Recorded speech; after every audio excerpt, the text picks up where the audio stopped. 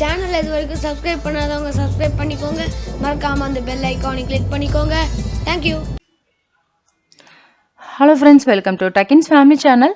நம்ம இன்னைக்கு என்ன பார்க்க போகிறோம்னா பிரெட் வெஜிடபிள் ஊத்தப்பம் பார்க்க போகிறோம். அதுக்கு தேவையான பொருட்கள் என்னன்னு பார்க்கலாம். நான் ஒரு 10 ஸ்லைஸ் பிரெட் எடுத்திருக்கேன், 3 முட்டை எடுத்திருக்கேன், தேவையான வெஜிடபிள்ஸ் எடுத்துக்கலாம். நான் இன்னைக்கு கேரட் பீன்ஸ் மட்டும் எடுத்திருக்கேன். 2 பெரிய வெங்காயம் சின்னதாக கட் பண்ணி வச்சுருக்கேன். இந்த மாதிரி ஃபைனாக கட் பண்ணிக்கலாம். இந்த மிக்ஸி ஜாரில் 5 பிரெட் மட்டும் சேர்த்துருக்கேன். இதில் ஒரு 3 ஸ்பூன் அவல் சேர்த்துருக்கேன். ஒரு தடவை நல்லா அரைச்சதுக்கு அப்புறமா எடுத்து வச்சிருந்து 3 முட்டையை உடச்சி சேர்த்துக்கலாம். ஃபஸ்ட்டு 5 ஸ்லைஸ் பிரெட்டு, 3 முட்டை, 3 ஸ்பூன் அவல் இதை சேர்த்து அரைச்சாச்சு. நெக்ஸ்ட் இந்த 5 ஸ்லைஸ் பிரெட்டு பால் சேர்த்து அரைச்சிருக்கேன். அதையும் சேர்த்துக்கலாம். இப்போ நல்லா மிக்ஸ் பண்ணிக்கலாம். எடுத்து வச்சிருந்த கேரட் பீன்ஸ் வெங்காயம் பாதி மட்டும் சேர்த்துருக்கேன். மீதி பாதி நம்ம மாவு ஊற்றும் போது மேலே கொஞ்சம் போட்டோம்னா ரொம்ப நல்லாயிருக்கும். அதனால் பாதி எடுத்து வச்சுருக்கேன். கொத்தமல்லி புதினா கட் பண்ணிக்கலாம்.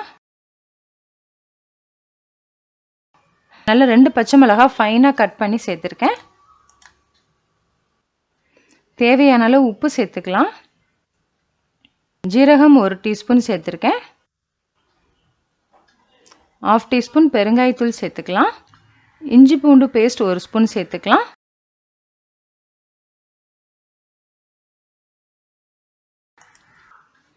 மூணு ஸ்பூன் அரிசி மாவு சேர்த்துக்கலாம்.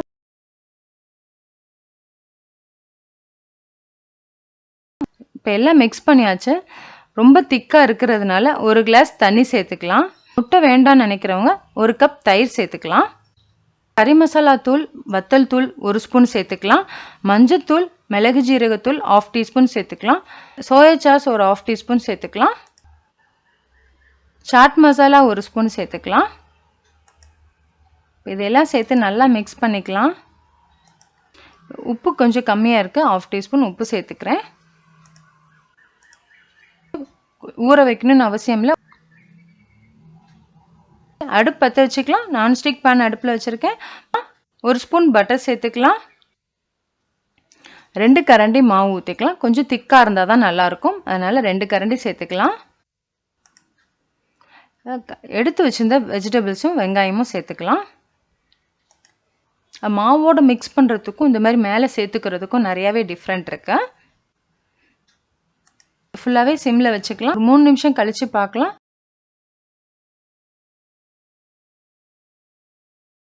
இப்போ நல்லா வெந்துருச்சு. இப்போ மாற்றி போட்டுக்கலாம்.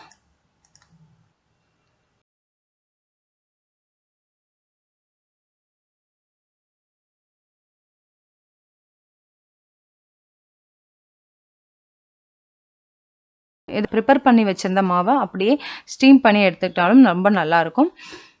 பேக் பண்ணியும் சாப்பிடலாம்.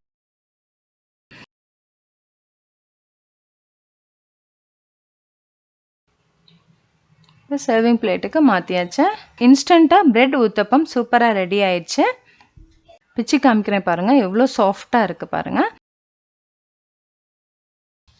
நீங்களும் இதே மாதிரி செஞ்சு பாருங்கள். செஞ்சு பார்த்துட்டு ஃபீட்பேக் சொல்லுங்கள். தேங்க்யூ.